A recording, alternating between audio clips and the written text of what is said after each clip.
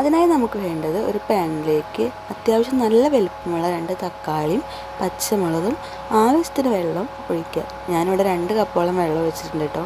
ഞാൻ 2 കപ്പ് വെള്ളം ഒഴിച്ചിട്ട് അതിലേക്ക് മുളക് പൊടി 1 ടേബിൾ സ്പൂണും മഞ്ഞൾപ്പൊടി 1 ടേബിൾ സ്പൂണും ഇതിലേക്ക് ആഡ് ചെയ്ത് കൊടുക്കുക. ഇനി കറിവേപ്പില നമുക്ക് ഉണ്ടെങ്കിൽ കറിവേപ്പില കൂടി നമുക്ക് എന്ത് ചെയ്യാം, ഇതിലേക്ക് ആഡ് ചെയ്ത് കൊടുക്കാം കേട്ടോ. അപ്പോൾ ടേസ്റ്റ് നല്ലോണം കൂടും. പിന്നെ നന്നായിട്ട് ഇത് തിളയ്ക്കാൻ വെക്കുക. അങ്ങനെ തിളച്ച് കഴിഞ്ഞാൽ നമുക്കിതിലേക്ക് വെളുത്തുള്ളിയുടെ അല്ലുണ്ടല്ലോ അത് ചെറുതാക്കി അരിഞ്ഞിട്ട് ഇട്ട് കൊടുക്കാം. അങ്ങനെ നന്നായി തിളക്കട്ടെ. ഈ തിളയ്ക്കുന്ന സമയം കൊണ്ട് നമുക്ക് കുറച്ച് തേങ്ങയും പെരുംജീരകം 2 കൊച്ചുള്ളിയും കൂടിയിട്ട് നന്നായി അരച്ചെടുക്കുക. അപ്പോൾ നന്നായി തിളച്ച് തക്കാളിയൊക്കെ വെന്ത് വന്നാൽ നമുക്ക് എന്ത് ചെയ്യാം, ഈ തേങ്ങ അതിലേക്ക് ചേർത്ത് കൊടുക്കാം. അങ്ങനെ ഒന്ന് ഇളക്കി കൊടുത്ത് ഇതൊന്ന് ചെറിയൊരു തിള വന്നു കഴിഞ്ഞാൽ നമുക്കിത് മാറ്റി വയ്ക്കാം കേട്ടോ.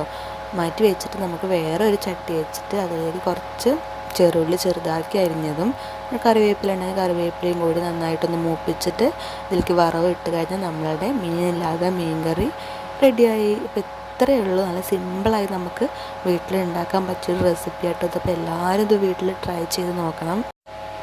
നമുക്ക് നല്ല മീനൊക്കെ ഉണ്ടെങ്കിൽ അതിൽ ഇട്ടാൽ നല്ല രസമാണ് കേട്ടോ. നല്ല സ്രാവോ ഉണക്ക മീനൊക്കെ ഇട്ടുണ്ടെങ്കിൽ സ്രാവോ മാന്തളൊക്കെ ഇട്ട് ഉണ്ടാക്കുക വെച്ചാൽ നല്ല ടേസ്റ്റ് കൂടും.